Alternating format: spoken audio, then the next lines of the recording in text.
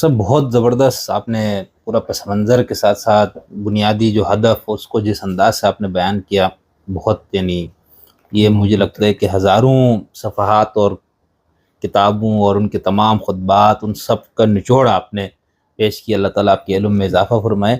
یہاں پر اصل میرا ایک سوال، بلکہ دو ضمنی سوال یہاں پر ہے۔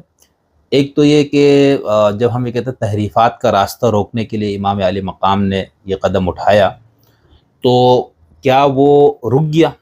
ظاہر سی بات ہے، اگر اتنی بڑی قربانی تھی، اور کچھ لوگوں نے ولا تلقوا بایدیکم الی التہلکہ سے بھی استدلال کیا کہ امام عالی مقام اس وقت جس قوت اور جس آپ کو افرادی قوت کا جو ایک حاصل تھا، وہ نہیں تھا کہ آپ اس سے ٹکرا جائیں، تو کیا اس اتنی عظیم قربانی سے یہ ہوا، مقصد حاصل ہوا؟ ایک تو یہ۔ دوسرا یہ جو آپ نے فرمایا کہ میرا جیسا، امام عالی مقام کا جو قول آپ نے فرمایا کہ میرا جیسا جو ہے اس جیسے کی بیعت نہیں کر سکتا، تو پھر ہمارے یہاں تاریخ